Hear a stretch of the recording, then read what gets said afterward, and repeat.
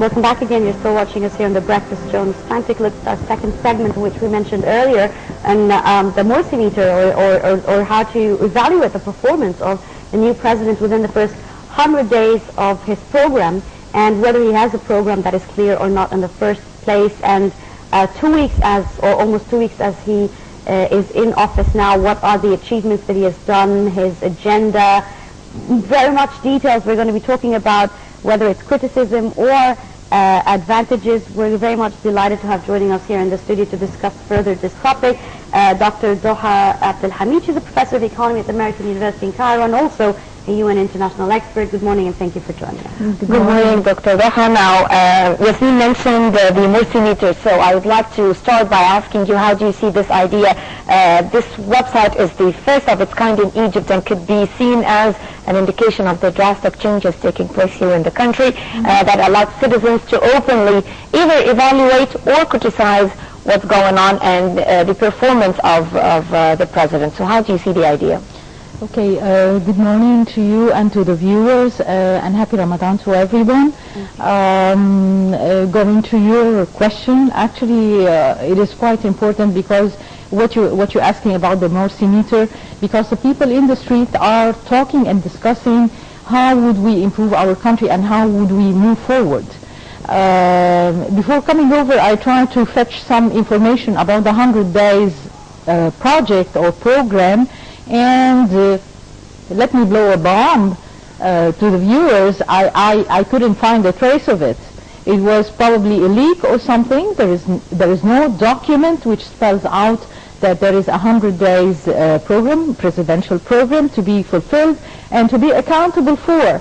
The 5 pillars that have been discussed, actually in all the press reviews, in all the media reviews and everything, they do not have any performance indicators, they do not have a timeline, they are not resourced.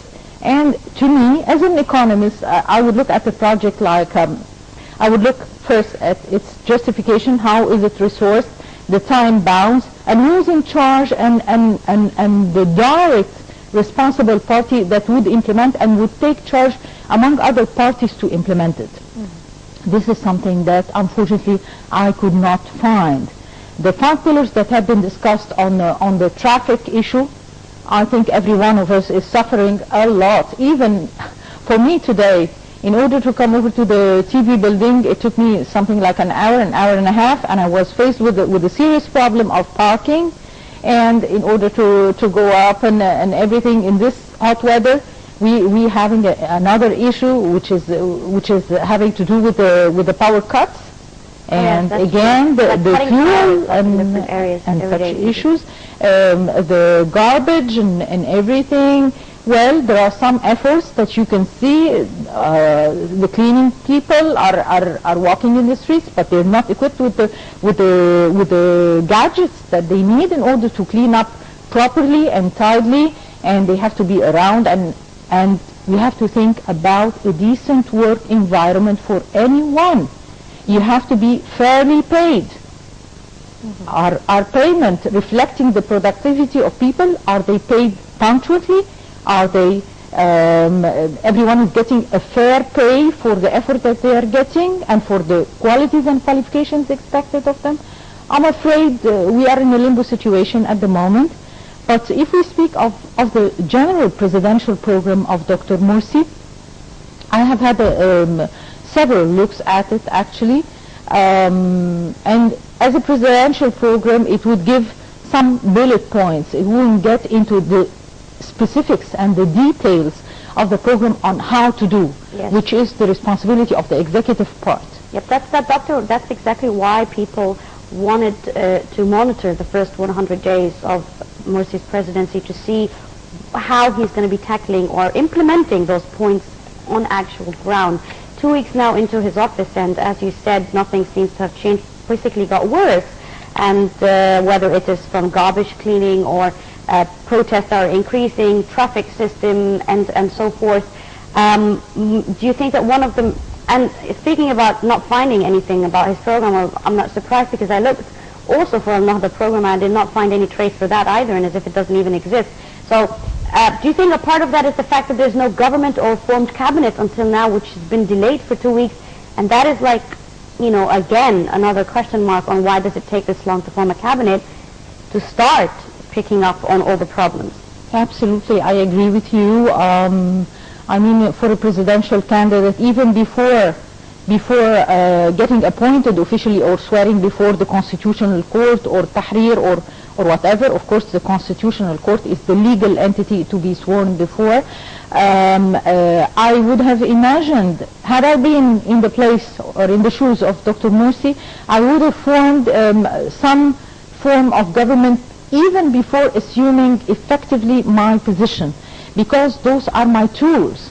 I cannot work on my own. A president on his own cannot do everything. He's in charge of the international affairs and so on, like visits to Saudi Arabia, the presidential visitors from on that level, we have seen very good progress. This is great, but my priority should be internally. Now we are in a process of transition. My priorities have to be clear-cut and my vision has to be clear. I need a government, a dual government, a technocrat government, a very competent and able one to take decisions. Now, I wouldn't blame the current government, which is just in transition in the gray area, waiting for the real government that would take over, a decisive one that would favor the interests of the citizens. I cannot see that. Why is it delayed? Now we're 20 days behind this formation. And speculations and names of many people, I'm not saying as well the names that are proposed are the best of all. The country has much, much more to give. But nobody wants to be running this responsibility also, mind you, Doctor. Nobody wants to be put in the picture and then, you know, feel that this is going to be too much of a responsibility for him and he's going to burn himself out for the rest of the political It's not term. too much of a responsibility if you're given the authority to take decisions and to do what is for the best of the people and for the common welfare.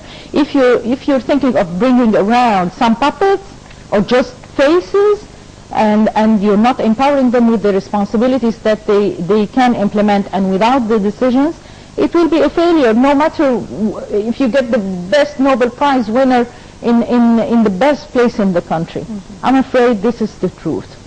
Dr. Duha, you said that addressing the internal challenges is much, much important, and it is a priority right now.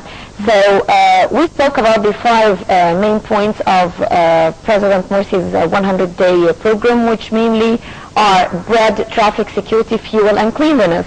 And you said that so far we have not seen tangible results regarding even those 5 pillars of the program, and that there is no executive arm to implement or real strategy to implement such program. And no performance indicators. And no performance indicators as well. So do you think that even those 5 pillars are the real challenges facing Egypt? They are the immediate challenges for the daily living of the people, really. In interaction in the streets and everything. If people cannot be fed, they won't be able to produce. Exactly, there is no money. I mean, here in the TV building, people have not been paid for over 3 months. And there have been demonstrations and the doors closed. And it's not actually here in the TV building only, in factories, in companies. In universities. In universities, it's all over the country. So the disease that's spread, nobody's getting. We're talking about the main issue, which is bread here. I mean, if we talk about is it bread that we eat or the money that we can buy bread with, I mean, which is more important? Which means that the economy is freezing, actually, and there is hardship in bringing about liquidity. Recently, the Minister of Finance has announced that he is floating bonds to borrow 6 billion pounds from the market and from the local market. I'm speaking local financial market, okay? But there is a capacity to withdrawal of funds from the local market. And if matters continue that way, I'm afraid this is really something.